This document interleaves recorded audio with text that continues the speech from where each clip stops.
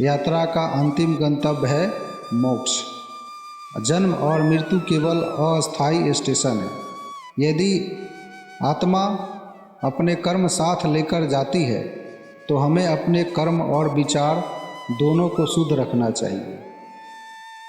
आत्मा का यात्रा मार्ग, मृत्यु से अगले जन्म तक। जय श्री हरि। नमस्कार दोस्तों, मृत्यु अंत नहीं, यह आत्मा की अगली यात्रा की शुरुआत है। इस वीडियो में हम विस्तार से समझेंगे मृत्यु के बाद आत्मा का सूक्ष्म मार्ग, प्रेत अवस्था, स्वर्ग नरक और कर्म समीक्षा, अगले जन्म का निर्धारण कैसे होता है, आत्मा की शाश्वत प्रकृति और मोक्ष का रहस्य क्या है। यह ज्ञान आपको मृत्यु का भय हटाने और जीवन को पवित्र बनाने में मदद करेगा। देखिए और जानिए मृत्यु से अगले जन्म तक की अद्भुत यात्रा, कर्म का विज्ञान। तो दोस्तों शुरू करते हैं वीडियो। मृत्यु वह क्षण है जब यह शरीर रुक जाता है, लेकिन यात्रा खत्म नहीं होती, क्योंकि जो हम हैं वह शरीर नहीं, वह है आत्मा। और आत्मा हमेशा चलती रहती है, एक जन्म से दूसरे जन्म की ओर। यानी एक शरीर छोड़ता है तो दूसरा शरीर ग्रहण करता है। और आज हम जानेंगे उस अद्भुत मार्ग के बारे में जिसे आत्मा मृत्यु के बाद तय करती है अगले जन्म तक। दोस्तों, मृत्यु का क्षण कैसा होता है? शास्त्र कहते हैं मृत्यु वह क्षण है जब प्राण यानी लाइफ फोर्स शरीर को छोड़ देता है। यह अनुभव हर व्यक्ति के लिए अलग होता है, किसी के लिए शांत, किसी के लिए पीड़ादायक। हम सभी जानते हैं कि शरीर के 5 तत्व हैं: पृथ्वी, जल, अग्नि, वायु, आकाश। ये सभी मृत्यु के बाद वापस ब्रह्मांड में मिल जाते हैं, लेकिन आत्मा अपने कर्मों के साथ आगे बढ़ती है। कठोपनिषद में यमराज नचिकेता को बताते हैं कि आत्मा न जन्म लेती है न मरती है, वह केवल एक शरीर से दूसरे शरीर में प्रवेश करती है। जैसे मनुष्य पुराने वस्त्र उतार कर नए वस्त्र पहनता है। जब स्थूल शरीर यानी फिजिकल बॉडी छोड़ दिया जाता है, तब आत्मा सूक्ष्म शरीर के साथ यात्रा करती है। उस सूक्ष्म शरीर के साथ माइंड, इंटेलेक्चुअल और ईगो जुड़ा रहता है। यही सूक्ष्म शरीर आपके उस विचार, इच्छाएं और कर्मों का रिकॉर्ड रखता है, एक अदृश्य कर्म बैंक की तरह। इसी आधार पर तय होता है कि आगे आत्मा कहाँ जाएगी। मृत्यु के बाद का चरण। शास्त्रों में मृत्यु के बाद आत्मा की यात्रा को कई चरणों में बांटा गया है, जैसे प्रेत अवस्था, देवदूत द्वारा मार्गदर्शन, कर्म समीक्षा, लोक यात्रा, पुनर्जन्म की तैयारी। पहला है प्रेत अवस्था।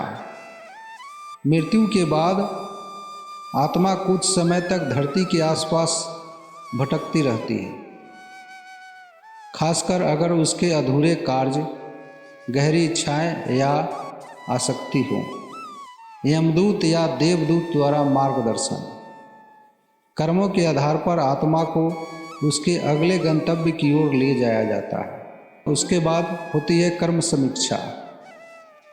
आत्मा अपने पिछले जन्म के कर्मों का अनुभव करती है, जैसे कोई अपनी पूरी जीवन फिल्म देख रहा हो। इसके बाद शुरू होती है लोक यात्रा। लोक यात्रा में यदि पुण्य अधिक हो तो स्वर्ग लोक, जहाँ आत्मा आनंद का अनुभव करती रहती है और यात्रा करता रहता है। यदि पाप अधिक हो तो नरक लोक जाता है, जहाँ आत्मा अपने नकारात्मक कर्मों के परिणाम भुगतती है। उसके बाद होता है पुनर्जन्म की तैयारी। पाप और पुण्य जीरो होने के बाद या कोई ऐसा नकारात्मक कर्म है या कर्म शेष रहने पर आत्मा को नए जन्म के लिए फिर भेजा जाता है। अगले जन्म का निर्धारण कैसे होता है? अगले जन्म का शरीर, परिवार और परिस्थितियाँ सभी प्रारब्ध कर्म के आधार पर तय होती है। आत्मा ऐसे वातावरण में जन्म लेती है जहाँ वह अपने अधूरे कर्मों को पूरा कर सके। ये सब पिछले जन्म के कर्मों का प्रारब्ध होता है। यह जन्म कोई संयोग नहीं होती, बल्कि एक सटीक योजना होती है जो आपके ही कर्मों ने बनाई है। अगर पिछले जन्म में किसी ने शिक्षा का अपमान किया हो तो अगले जन्म में उसे शिक्षा प्राप्त करने में बहुत कठिनाई हो सकती है। यह सजा नहीं होती, बल्कि सीख होती है। आत्मा की शाश्वत प्रकृति क्या होती है? आत्मा न जन्म लेती है न मरती है, वह शुद्ध चेतना है। जन्म और मृत्यु केवल अस्थायी स्टेशन है। यात्रा का अंतिम गंतव्य है मोक्ष, और मोक्ष तब मिलता है जब आत्मा कर्म बंधन से मुक्त होकर परमात्मा में लीन हो जाता है। यदि आत्मा अपने कर्म साथ लेकर जाती है तो हमें अपने कर्म और विचार दोनों को शुद्ध रखना चाहिए। आसक्ति कम करें, सेवा बढ़ाएं और आत्मा को मोक्ष के रास्ते पर ले जाएं।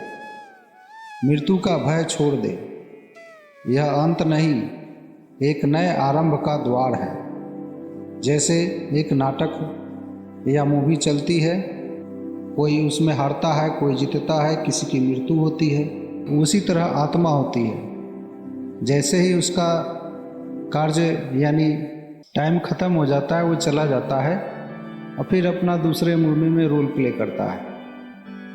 दोस्तों, जब दीपक बुझता है तो अंधेरा नहीं, एक नई सुबह की तैयारी शुरू होती है। आत्मा भी वैसी ही है, एक शरीर छोड़कर दूसरे की ओर बढ़ती है। हमारा काम है इस यात्रा को पवित्र बनाना, ताकि जब अगला जन्म मिले वह और भी प्रकाशमय हो। जय श्री हरि, जय श्री हरि।